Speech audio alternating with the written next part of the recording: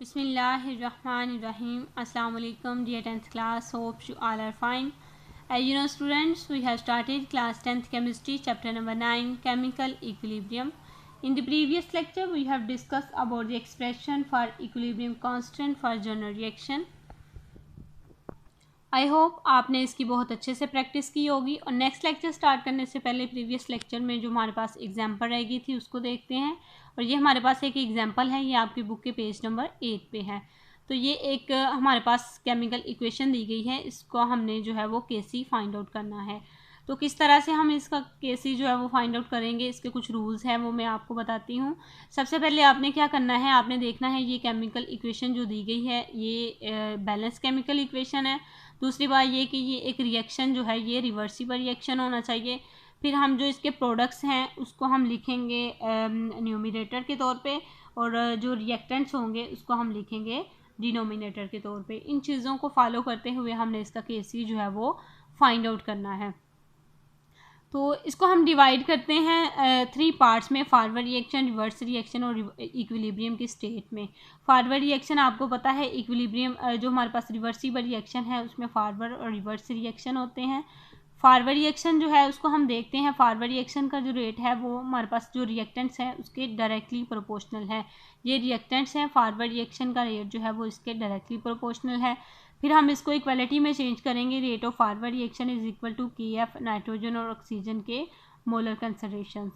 फिर हम बात करेंगे रिवर्स रिएक्शन की। रिवर्स रिएक्शन का जो रेट है वो प्रोडक्ट्स के डायरेक्टली प्रोपोर्शनल है, और ये यहाँ पर 2 जो है वो इसका कोफिशिएंट है, ये इसका एक्सपोनेंट की फॉर्म में इसको शो करेंगे।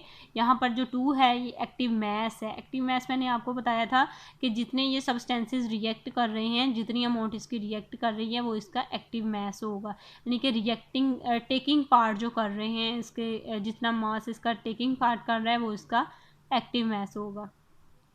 तो इसको हम जो इसका एक्टिव मैस होगा इसको नंबर ऑफ़ मोल्स से और कोफिशिएंट कहते हैं, और इसको एक्सपोनेंट की फॉर्म में यहाँ पर शो करेंगे। तो यहाँ पर हमने इसकी पावर लिख ली 2, और फिर हमारे पास रेट ऑफ रिवर्स रिएक्शन जो है इक्वल है KR नाइट्रोजन मोनोऑक्साइड पावर 2। फिर आपको पता है जब हम रिवर्सिबल रिएक्शन की बात करते हैं उसमें एक स्टेट आती है इक्विलिब्रियम की स्टेट, और इक्विलिब्रियम स्टेट में आपको पता है रेट ऑफ फॉरवर्ड रिएक्शन जो है वो रेट ऑफ रिवर्स रिएक्शन के इक्वल हो जाता है। तो यहाँ पर हम क्या करेंगे कि रेट ऑफ फॉरवर्ड रिएक्शन और रिवर्स रिएक्शन की अमाउंट लिखेंगे, यहाँ पर वैल्यू पुट करेंगे, वैल्यू हमने पुट कर दी है। फिर हम क्या करेंगे कि इसके जो कॉन्स्टेंट्स हैं उनको सेपरेट कर लेंगे, वेरिएबल्स को सेपरेट कर देंगे। यहाँ पर KF और KR जो है वो रेट ऑफ रिवर्स और फॉरवर्ड रिएक्शन है, और यहाँ पर हमने इसको सेपरेट कर लिया। फिर हमने यहाँ पर जो है वो इसके वेरिएबल्स को भी सेपरेट कर लिया। किस तरह से, KF और KR, यहाँ पर KR जो है वो मल्टीप्लाई हो रहा है, यहाँ पर डिवाइड होगा। इसी तरह ये प्रोडक्ट्स जो हैं वो हमारे पास ये हैं, और रिएक्टेंट्स जहाँ पर इससे मल्टीप्लाई हो रहे हैं यहाँ पर डिवाइड होंगे। फिर KF ओवर KR हमने देखा था लॉ ऑफ मैस सेक्शन में भी कि ये KC के इक्वल होता है। KC हमने फाइंड आउट कर लिया है, नाइट्रोजन मोनोऑक्साइड पावर 2 और नाइट्रोजन और ऑक्सीजन के मोलर कंसंट्रेशन, ये इसका जो है वो एक्सपोनेंट की फॉर्म में हम इसको लिखेंगे। यानी कि हमने इसका KC फाइंड आउट करना था वो हमने कर लिया है। ये हमारी एक एग्जांपल थी जो प्रीवियस लेक्चर में रहती थी। और इसमें आपने टेस्ट योर सेल्फ 9.2 जो है वो करनी है, इसमें वही क्वेश्चंस होंगे जो आपको मैंने करवाए हैं। Today I have 6 lecture with you and the topic is equilibrium constant and it's units. इसको करने से पहले, इसकी डेफिनेशन देखने से पहले यहाँ पर मैं आपको एक एग्जांपल से थोड़ा सा समझा देती हूँ कि किस तरह से करना है। हमने देखा कि हमने एक केमिकल इक्वेशन ली है जिसमें हमने रिएक्टेंट्स हमारे पास हाइड्रोजन और आयोडीन है, और हाइड्रोजन आयोडाइड यहाँ पर बन रहे हैं। इसमें जो इसके नंबर ऑफ़ मोल्स थे 1 थे, इसका भी नंबर ऑफ़ मोल्स 1 है, और इसके जो है वो 2 है। इसका जब हमने KC लिखना है, KC सबसे पहले ये एक बैलेंस केमिकल इक्वेशन होनी चाहिए। दूसरी चीज़ जो प्रोडक्ट्स हैं उसको न्यूमिनेटर की फॉर्म में लिखेंगे, और रिएक्टेंट्स को डिनोमिनेटर की फॉर्म में लिखेंगे। अब KC हमारे पास होता क्या है, इसकी डेफिनेशन अगर हम देखें तो एक्चुअल में ये एक रेशो ही होती है रिएक्टेंट्स और प्रोडक्ट्स के दरमियान। लेकिन रिएक्टेंट्स का भी हमने इसके मोलर कंसंट्रेशन का प्रोडक्ट ले लेना है, और प्रोडक्ट्स का भी हमने इसका मोलर कंसंट्रेशन का प्रोडक्ट ले लेना है। फिर ये किसके इक्वल होगा, KC के इक्वल होगा। और इसको हम यूँ लिख सकेंगे कि KC is equal to product of concentration of product raise to the power of their coefficient and product of concentration of reactants raise to the power of their coefficient. आपको पता है कि जो इसका कोफिशिएंट था उसको हमने as a power as a exponent यहाँ पर लिखना है, तो ये हमारे पास केसी जो है वो आ जाएगा। तो यानी कि हमने डेफिनेशन यहाँ से कर ली है। इक्विलिब्रियम कांस्टेंट हमारे पास रेशियो ही होती है product of concentration of products के raise to the power of their coefficient इसका, और to the product of concentration of reactants raise to the power of their coefficient in a balanced chemical equation. एक चीज़ यहाँ पर products दो तरह से आ रहा है, product of concentration of product, यानी कि रेशियो किसकी है, of the product of concentration. एक तो जो प्रोडक्ट ऑफ कंसंट्रेशन है यानी कि हमारे पास ये रिएक्टेंट्स हैं और ये प्रोडक्ट्स हैं, एक चीज़ है, और दूसरा ऑफ प्रोडक्ट्स का, यानी कि हमारे पास दो तरह से प्रोडक्ट्स हैं, एक ये है और एक इसका टोटल जो हम लेंगे, और इसी तरह इसका रिएक्टेंट्स का प्रोडक्ट हमारे पास होगा जब हम इसका टोटल लेंगे। और ये चीज़ मैंने आपको यहाँ पर बताया है कि प्रोडक्ट्स जो हैं वो उसको न्यूमिनेटर के तौर पे ज़ाहिर करते हैं और रिएक्टेंट्स को डिनोमिनेटर के तौर पे।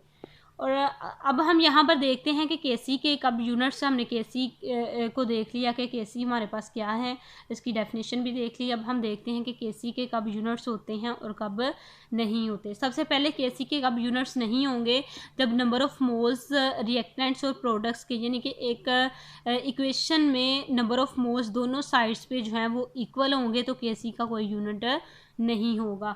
आप यहाँ पर देख रहे हैं कि किस तरह से हमारे पास ये हाइड्रोजन है और ये आयोडीन है, इसका भी नंबर ऑफ़ मोल 1 है, इसका भी 1 है, और ये यहाँ पर 2 है, इसको हम कोफिशिएंट भी कहते हैं। अब अगर यहाँ पर 1 और 1 है और इसको हम 1 और 1 हमारे पास 2 होगा, और यहाँ पर 2 है तो ये 2 है, यानी कि इस साइड पे भी 2 है और इस साइड पे भी 2 हैं, और दोनों जो हैं वो कैंसिल कर देंगे, और दोनों साइड्स पे जब नंबर ऑफ़ मोल्स इक्वल होंगे, कोफिशिएंट जो है वो सेम होगा, तो हमारे पास जो केसी है उसका कोई यूनिट भी नहीं होगा, क्योंकि वो कैंसिल कर देंगे। अब यहाँ पर प्रोडक्ट्स जो हमने न्यूमिनेटर के तौर पे लिखे हैं और रिएक्टेंट्स को हमने लिखा है डिनोमिनेटर के तौर पे। अब हम इसमें वैल्यू पुट कर देंगे। वैल्यू कैसे हम पुट करेंगे, आपको पता है कि जो मोलर कंसंट्रेशन है उसका यूनिट है मोल पर डीएम क्यूब, तो हाइड्रोजन आयोडाइड में भी हम लिखेंगे मोल पर डीएम क्यूब, और हाइड्रोजन और आयोडीन में भी सेपरेटली हम लिखेंगे मोल पर डीएम क्यूब। और यहाँ पर इसका एक्सपोनेंट जो है वो 2 ज़ाहिर करवाए, इसकी पावर 2 है, तो यहाँ पर हम 2 लिखेंगे। और आपको पता है ये 2 है और ये 1 और 1 है, 1 और 1 भी हमारे पास 2 ही होंगे, और ये 2 है और ये कैंसिल कर देंगे एक दूसरे को, और फिर हमारे पास केसी जो है उसका कोई भी यूनिट नहीं बचेगा, क्योंकि हमारे पास रिएक्टेंट्स और प्रोडक्ट्स में जो नंबर ऑफ़ मोल्स थे वो इक्वल थे। अब हम यहाँ पर देखते हैं कि किस तरह केसी के यूनिट्स होते हैं। इसी तरह जैसे हमने यहाँ पर पढ़ा कि केसी के यूनिट्स कब नहीं होते, जब हमारे पास यहाँ पर नंबर ऑफ़ मोल सेम नहीं होंगे, तो हमारे पास केसी के यूनिट्स जो हैं वो होंगे। यहाँ पर हमारे पास नाइट्रोजन का 1 मोल है, जो हाइड्रोजन है उसके 3 मोल्स हैं, और जो अमोनिया हम यहाँ पर NH3 है उसके जो है वो 2 मोल हैं। 3 और 1 हमारे पास 4 मोल्स आ जाएंगे, और यहाँ पर जो है ये 2 मोल है। अब ये नंबर ऑफ़ मोल जो हैं वो इक्वल नहीं है, इट्स मीन कि इसका यूनिट जो है वो होगा। अब इसका केसी जब हम लिखेंगे, ये प्रोडक्ट्स हैं हमारे पास, ये रिएक्टेंट्स हैं, नंबर ऑफ़ मोल्स इसके हमने पुट कर देने हैं इसमें मोल पर डीएम क्यूब, इसी तरह नाइट्रोजन के और हाइड्रोजन के, फिर हम इसकी पावर भी यूं ही लिख देंगे, और जब हम इसको लिख देंगे इसकी वैल्यू पुट कर देंगे। आपको पता है कि ये 2 है और ये 1 है और ये 3 है, ठीक है, और 1 जो है ये इससे कट हो जाएगा, बाकी वहाँ यहाँ पर 1 बचा, और 1 जो है ये वहाँ से यहाँ से कट हो जाएगा।